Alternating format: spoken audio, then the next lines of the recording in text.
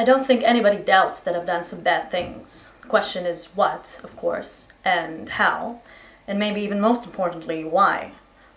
People find various outlets for their insecurities and hostilities, and they tend to compensate for them in various ways, I would imagine.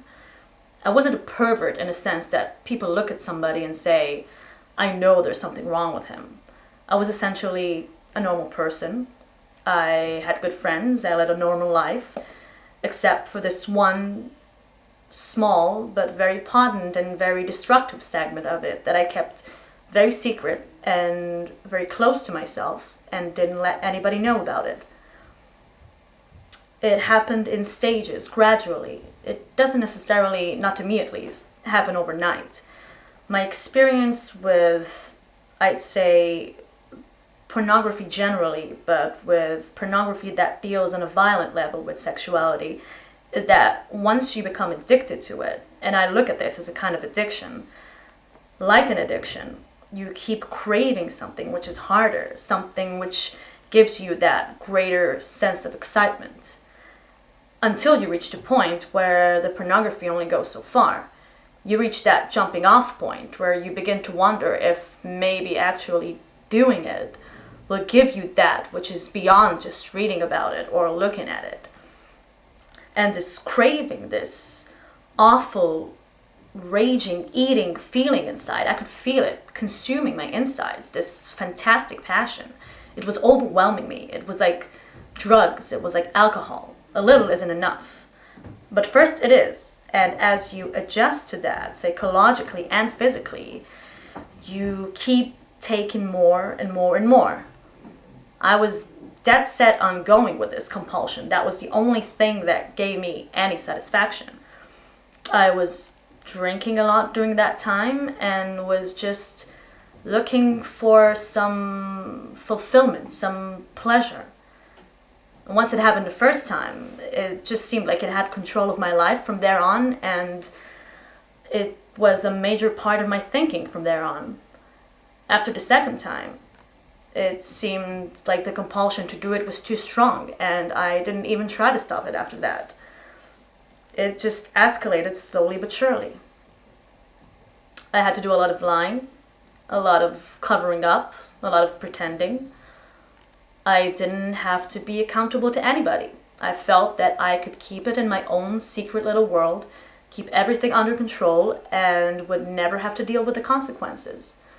It's a process. It doesn't happen overnight when you depersonalize another person and view them as just an object for pleasure instead of a living, breathing human being. It seems to make it easier to do things you shouldn't do. As time went on, one thing led to another. It took more and more deviant type behaviors to satisfy my urges. I started saving the skeletons and preserving other parts, and that was another step. It made them feel like they were a permanent part of me, besides just mere curiosity of what it would be like. It made me feel like they are a part of me, and it gave me sexual satisfaction to do that. The killing wasn't the objective. I just wanted to have the person under my complete control to do with as I wanted. It's not easy to say that, but that's what the motive was. I don't know, maybe I felt like I had no control as a child or a young adult, and that had got mixed in with my sexuality and ended up doing what I did was my way of feeling in complete control, at least for that situation. Creating my own little world where I had the final say. Finding the best looking guy that I could and having total mastery over him for as long as I wanted. Lust played a big part in it. Control and lust. To this day, I don't know what started it. And the person to blame is sitting right across from you. That's the only person. Not parents, not society, not pornography. I mean, those are just excuses.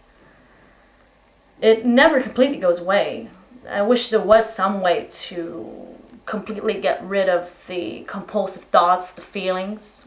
It never seems to completely go away. I'll probably have to live with that for the rest of my life.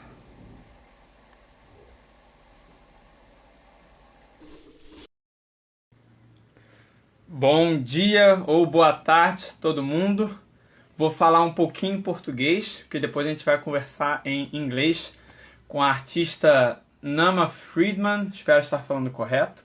Sou Daniel Diaz, coordenador geral, diretor e curador do ECRÃ. A gente teve algumas ideias, né, para colocar esses bate-papos dessa forma, né? Então, na verdade, eu vou conversar isso com a própria artista, pensando um pouco dessa variedade de possibilidades, né, de ver e experienciar, né, uma obra, que é o caso de Eu Vivi Minhas Fantasias. E queria agradecer a todo mundo que está aí, convidar a todos aí, vamos conversar pelo menos uma horinha aí pela frente. So, to begin, this is a chat with Naama Freedman, artist, director, actress of And I Acted on My Fantasies. And I will invite her and let's chat. So, thank you for joining us, Naama. We just met like 10 minutes ago. It was nice. I will actually try to how's the word? I forgot. But to tell who you are a little, like Naama is a DJ, artist, performer, actress, a lot of stuff. It's good to have this multi-artist joining the festival as everything, you know.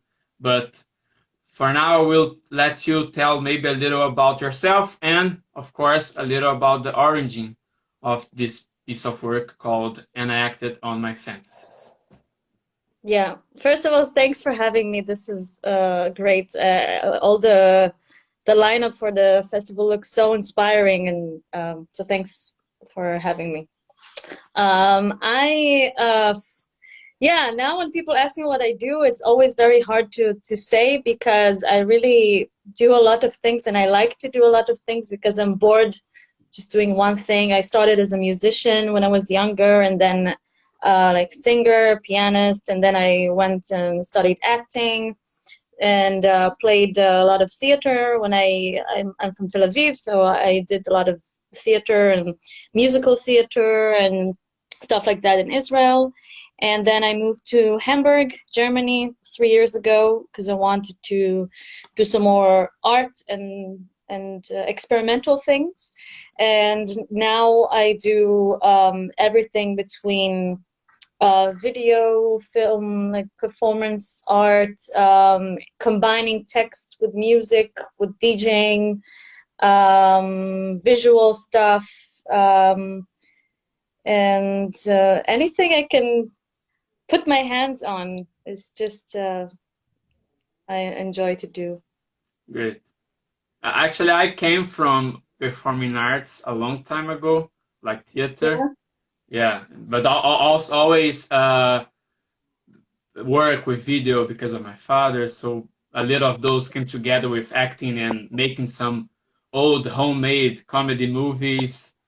And now I'm here in the I festival. I think that's really something that more and more people are doing these days, and I think it's very much a lot more interesting to have um, combined media today, because I think that working in just one field is somehow it just kind of like not enough anymore. We need, maybe it's our generation and we need more um, stimulation or whatever. But I always think that combining mediums and stuff is very interesting.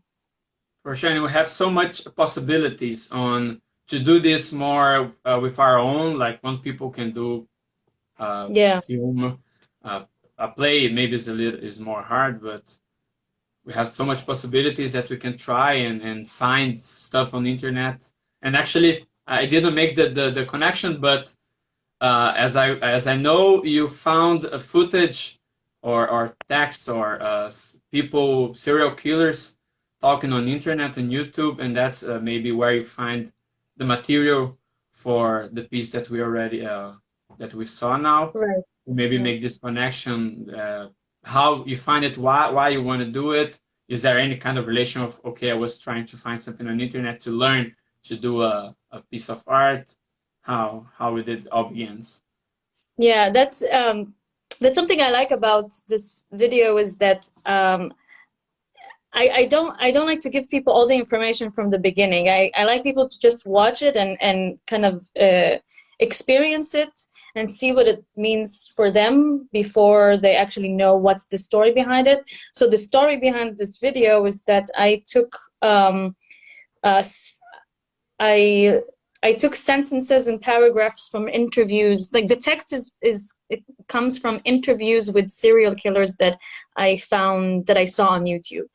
And I took paragraphs and sentences from this interview and that interview with different serial killers, and I created this narrative that I felt in a way was relatable, where they talk mostly about, you know, why they did what they did, and I feel like everybody can somehow relate to it in a weird way, but that's the point, because in the end they are people, even though we might not want to think about it, but we can learn a lot about ourselves from these extreme situations, from these extreme people. And for me, the way it came about, so I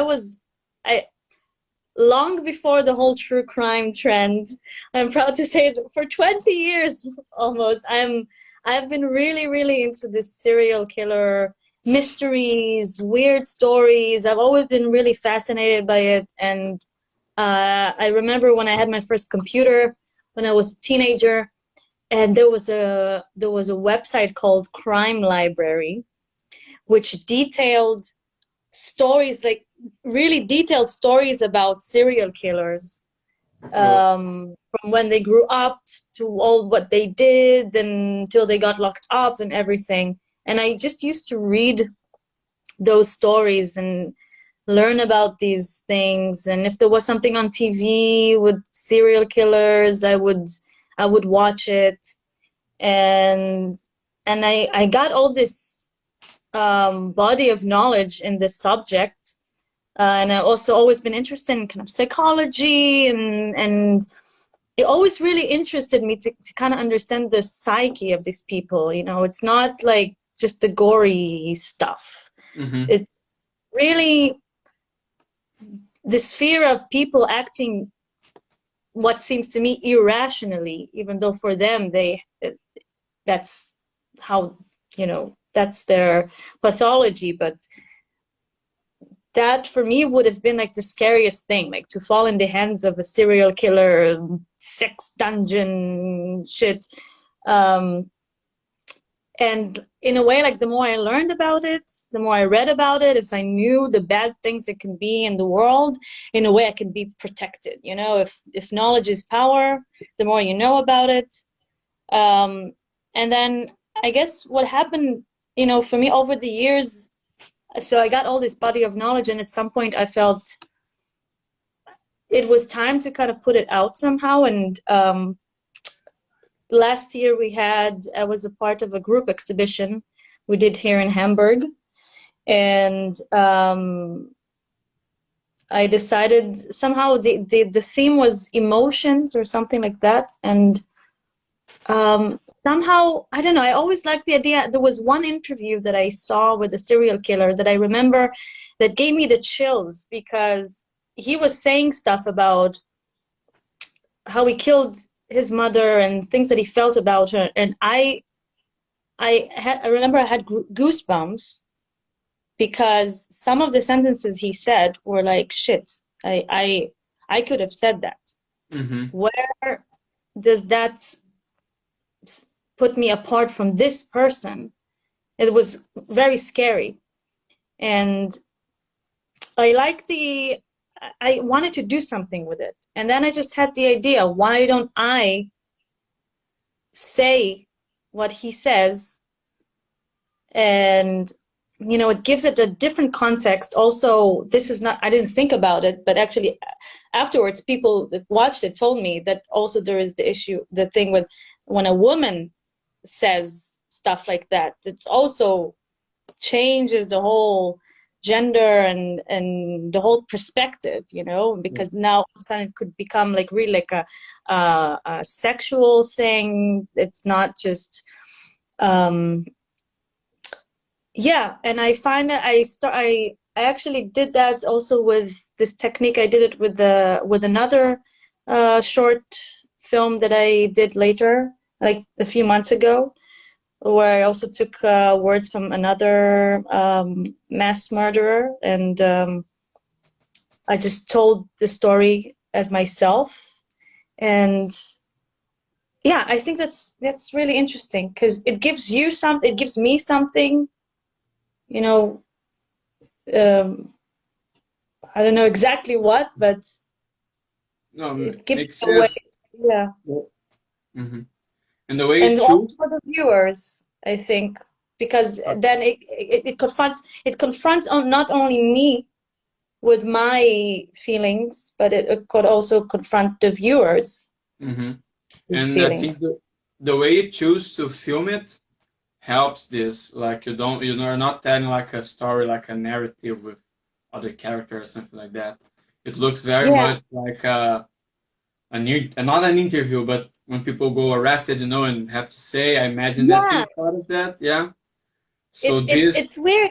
I just borrowed a camera from a friend, and I didn't know anything about the camera, but it had this kind of grainy quality, and okay, it looks like those interviews of people in prison. yeah, looks So exactly wow, like that that. really fits. And actually, I think that you already presented as a video, not live, as a installation with that kind of like OTV, right? Am I correct? Yeah, yeah, that's how I did it the first time. It was like in a monitor, TV monitor, and yeah, and speakers, and yeah, like a talking head sort of Mm-hmm. thing. Have you done other? You told me that you some months ago did another thing with murder, mass murder. That have you have other works related with that or with psychology? As you I am told that you also, like it. yeah, I'm working on we talked about combining medias. I'm working on another work that will be sort of a conversation between me live and a video of an interview with a killer. Okay. And I did last year, I already did like a first draft of it, and like kind of tested it on people. And I kind of I edited the video from one killer, one interview. And he is very charismatic and is interviewed by a psychiatrist, so it goes very deep. And because he is so charismatic, and the nature of the questions, what I do is like I sit on the side and his face is on the video, and I ask him the questions that the psychiatrist asks him. And the weirdest thing is the people said, yeah, they forgot that it was a video, because it was there is an intimacy somehow that is created because his charisma, because of the questions. And but I need to work on it, and I want to play with the narrative, with the time. I want to take it away from just like an interview. Okay. But that's the idea, that it would be like some sort of a performance with video. You're going to ask. Okay, nice. Yeah. Yeah. And maybe we are more used to people chatting with screens and stuff like that. Maybe this will help people Right. to go more immersive in this narrative that you are creating. Yeah. I'm looking Somebody forward to. actually suggested to me the other day that I can do a hologram of this person, that it's Okay. quite easy to do a hologram actually. So I will look into that. But I love also the analog, Yeah, the video on the monitor, the aesthetic of that. For me personally, I really like that rather than a yeah, hologram. yeah. Maybe the hologram will create, depending on the hologram, will create more Yeah. like a futurist or something out of the imaginary that you are not looking for. Maybe. Actually, we Yeah. have a tutorial making some propaganda here. we have a tutorial to do a little hologram. Is one of our installations. Have a look. Oh, yeah? Maybe it's not the kind of hologram you're looking for, but it's some kind of hologram. I Good hope probably it's inspiration. on YouTube. YouTube have English subtitles. If don't have, we'll try to put English subtitles for everybody to watch it. And maybe I will begin with continue with a question. What about how you think, and maybe if someone else have a question about the presentation, the screening of enacted in a place like this, in any kind of sense, because it's like it's not free for the audience, so here's a public space, but the talks you found was on YouTube, like anybody could watch those talks, maybe even more grotesque and violent stuff on the internet people can find, and the screen itself. What you think of that? Of how I present it, or how it was presented now? Maybe maybe all of this, all of it. How you Yeah, presented. I liked this on Instagram. It was because somehow it really fit in the image, and it really did look like, yeah, like from a documentary film when they show like the killers in the in the prison. Yeah, so usually when I show it, I it's either on a TV monitor or as just a projection on a wall, which is just easier. But I also like the monitor, because like it's something, it's like, oh yeah, it's like a sculpture. It's like it creates, like you have like a podium and you have the monitor with the two speakers, and it creates a yeah, almost like a sculpture, Yeah. something that is present there, you know, an encounter. And I like this idea of the encounter. And yeah, in a way, you know, taking those videos from YouTube, yeah, that's something, I guess it shows, it's a very day update, how do I say, like contemporary work, because you know YouTube is like, you know, is a very it's a very of our time, taking stuff from YouTube and doing stuff with it, you know, that's something that you couldn't do 20 years ago. Yeah, like this kind of net art in a way. But I like what you say about that is create a kind of sculpture. The whole idea yeah, of mixing art, as we were talking in the beginning, is nice for artists to be multi-artists. I think probably any artist today, not putting generally, but almost any artist today is multi-artist in any kind of way. I think not maybe in the yeah. art it make, but we are connected with everything today. Yes, yes. And I actually I had I think a lot of people that I know that are visual artists, or also musicians or DJs, or have something to do with music, or the other way around, like musicians that also do art. And I think it's very related. It's I had a little in April, I did 3 episodes of a live stream on Facebook that I called Little Miss Freedman's Variety Show. You know, it's this idea of a variety show, like in the US in the 50s, where it's like you have different people, different acts, that like a vaudeville show. But basically, instead of a lot of people doing the show, it's like one person, because it's Corona. So I did like these half-an-hour episodes on Facebook, where I just did live music and karaoke and read some Kafka, or did some stand-up and different things. Basically, it was kind of different from all the kind of DJ live streams that were going on at the time. Nice, and because nice. I just kind of, yeah, I wanted to amuse myself and to amuse other people, and not to fall to this Corona depression, sort of, stay active. And I said something about there was a song that I really like that's called in Dutch it's called Taken the Tide. It's called Drawing the Time.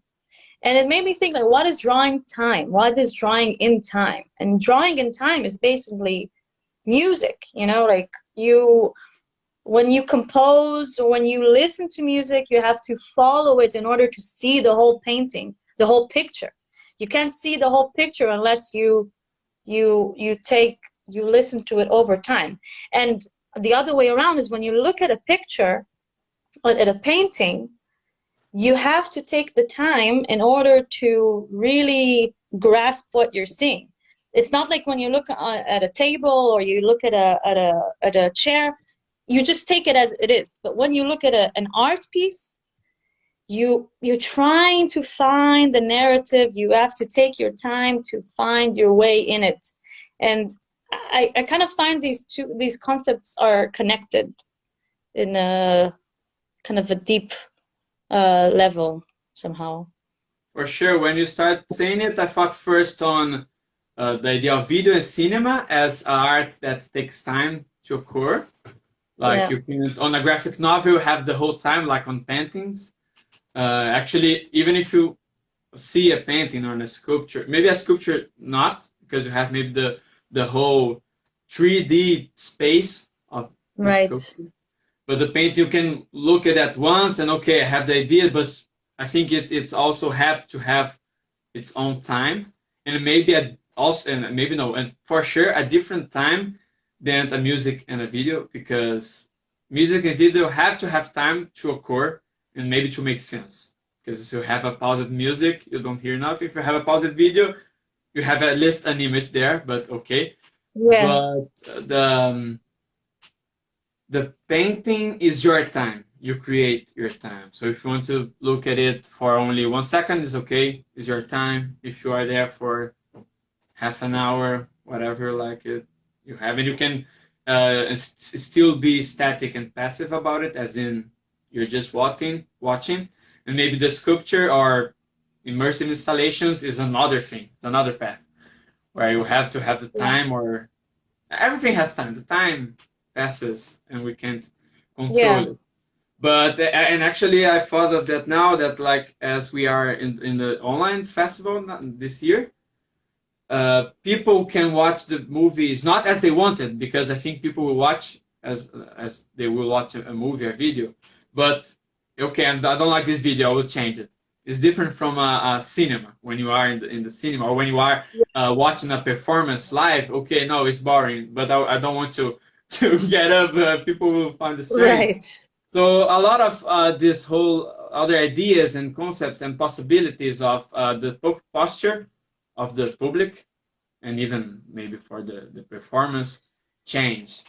And this is, I think this chat is being very nice, because usually a lot of people, and it's not wrong, say that a festival ECRÃ is a cinema festival. It's right, it's a cinema festival. But I like to think that it's another visual festival. It's a visual art festival. Like I spend that. The cinema, the films are one kind of experience, and we can change the experience by watching them at home, by watching them at the theater, by watching them on a gallery, and even and acting on my fantasies. We change. Is if you project is a different way. If you put on the monitor is a different way. If you put like here is a different way. And this is I love to think of that, even if it didn't take me. Don't take me anywhere. I like to think, and I like to what will happen now.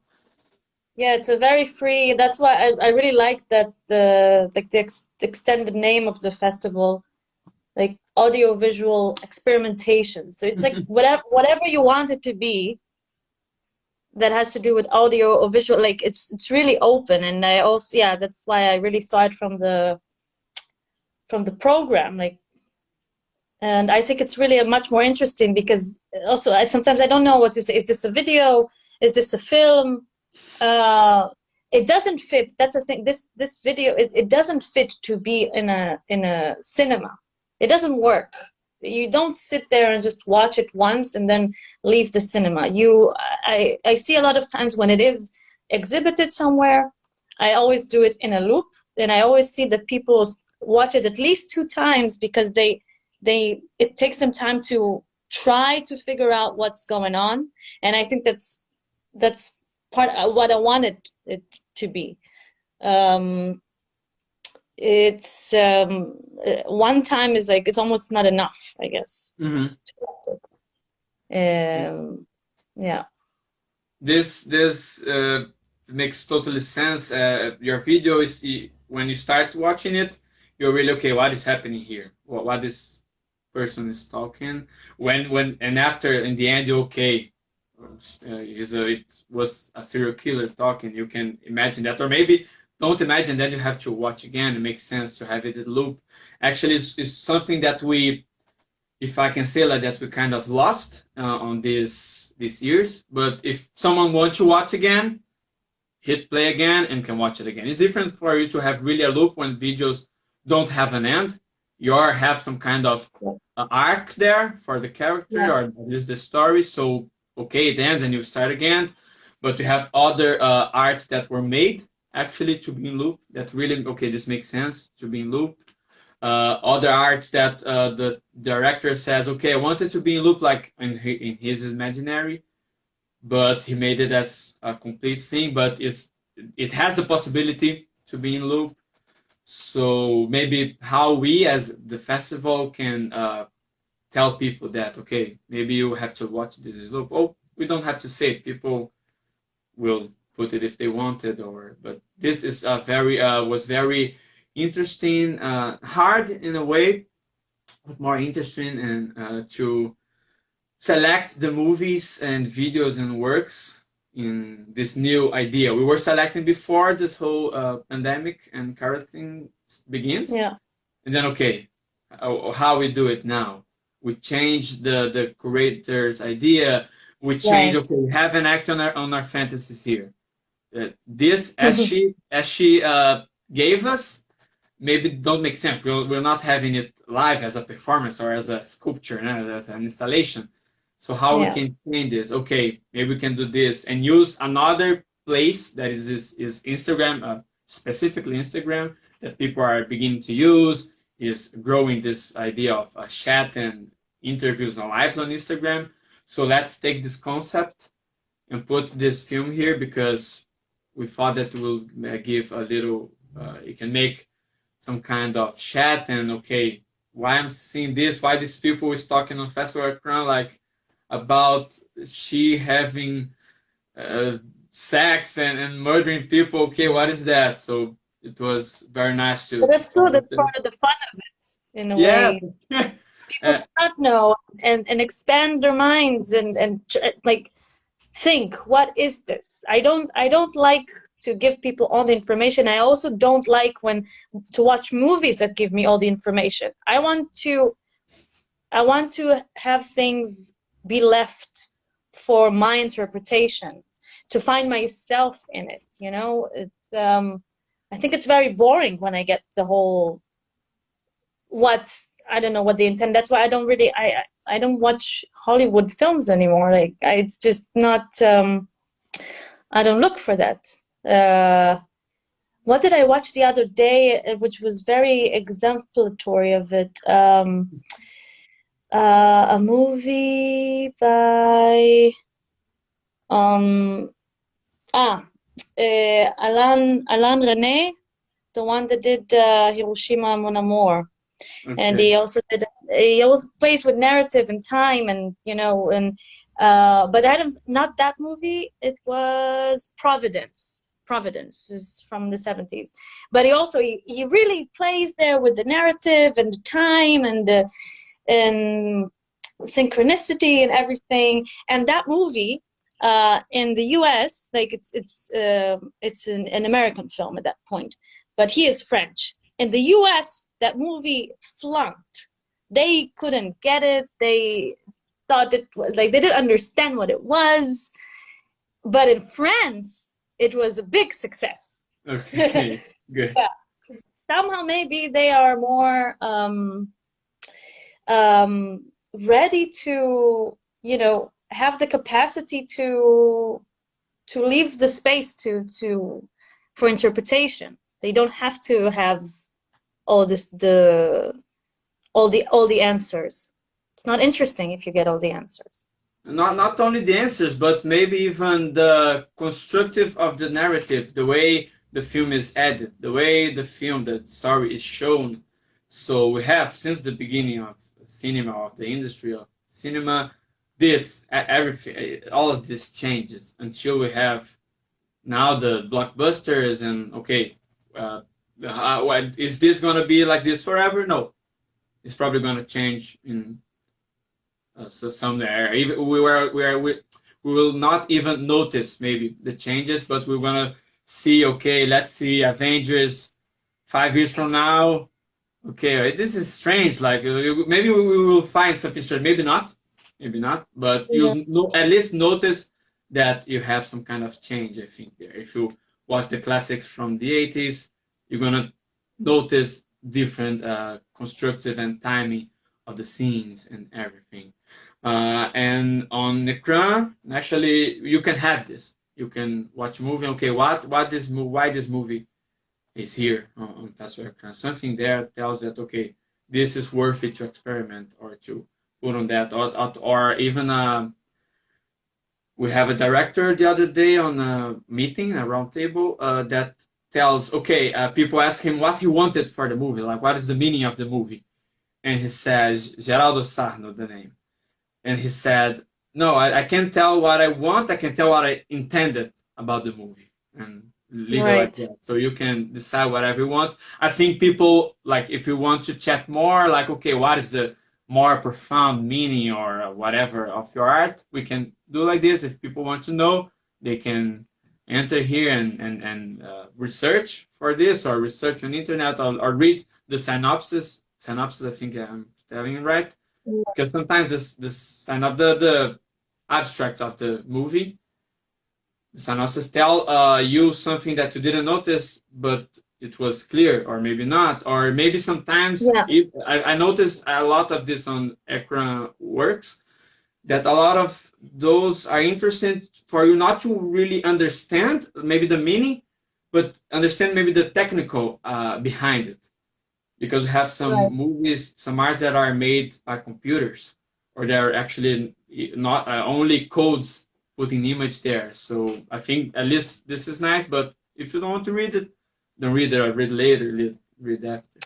Yeah, for me that's always, I'm always conflicted when I go to watch a movie, if I want to read the synopsis before or not. Because on the one hand, I want to come to the movie completely unbiased, completely open to receive it. But on the other hand, you might have an information or just one sentence in the synopsis that might be critical for you to understand how the movie is constructed. Not a spoiler or anything, not content-wise, but so it's always a bit tricky. So I try to, like, maybe if I Google it, like, just to read, hopefully it's like just 2 or 3 sentences, and then I can kind of, Even the talking also about the constructive and narrative of films, how they changed, and maybe the spoilers of what you know about the movie. The trailers or teasers of films also do like that. Like, you have maybe trailers that are only some images, and okay, this trailer is amazing. 1 minute, 30 seconds. Don't need more to get people attention. And some trailers tells all maybe the whole story of the movie. And okay, maybe this works for some public. I think if they are making it, it works for them. But that's why we are here. Let's think. Okay, how is the other possibilities of doing this? I think it's very good. I want to know if anyone watching have any kind of question, doubts, or commentary. Let's wait. Naama, of course, we still have 20 minutes if you want. I also thought maybe we can, maybe it makes sense if you want to screen the screen it again in the end. Okay, makes sense. Because apropos what I said about the synopsis and everything, maybe now it could be seen in a different light For sure, makes after sense. talking about this. Okay, then I think I will put it maybe 2 minutes, and then when it ends, I end it here. Is that okay for you? Perfect. Okay, Perfect. Naama, what? Perfect ending. Okay, it's Naama. I'm pronouncing it right. Yeah. No, okay, Naama, was a pleasure of having you here, Thank you so especially. much. Go on. Oh Do you no, hear I me? did. Oh, it took a delay. Okay, no, makes sense. Okay, yeah. But it was a pleasure having you here, and especially for me, I really enjoy how we go and talk about other kind of arts, and that's what one thing that we want for at ECRÃ, that's in Portuguese, ECRÃ, to literally expand, not only inside the industry of cinema, how we can experience and make movies, films differently, but in all other kinds of audiovisual, visual, audio, you can slice them maybe. So I love it. Thank you. Yes, thank you so much. You guys are great. This is awesome. Okay. So see, I think it's better.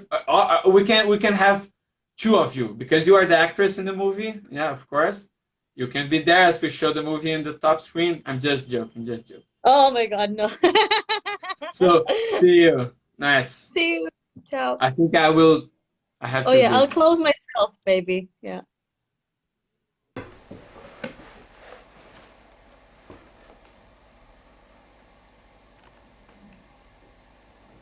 I don't think anybody doubts that I've done some bad things. The question is what, of course, and how, and maybe even most importantly, why.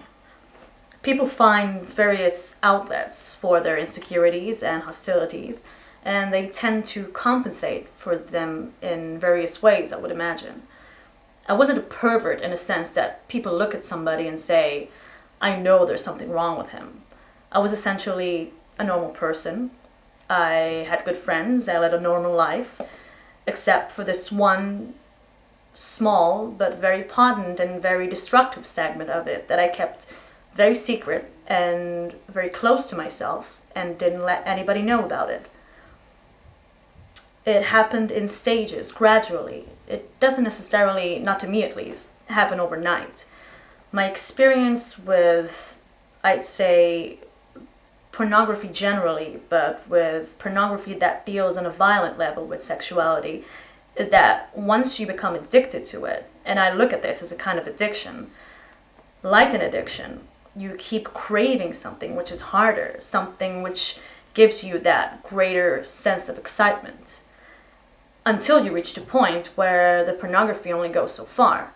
You reach that jumping off point where you begin to wonder if maybe actually doing it will give you that which is beyond just reading about it or looking at it.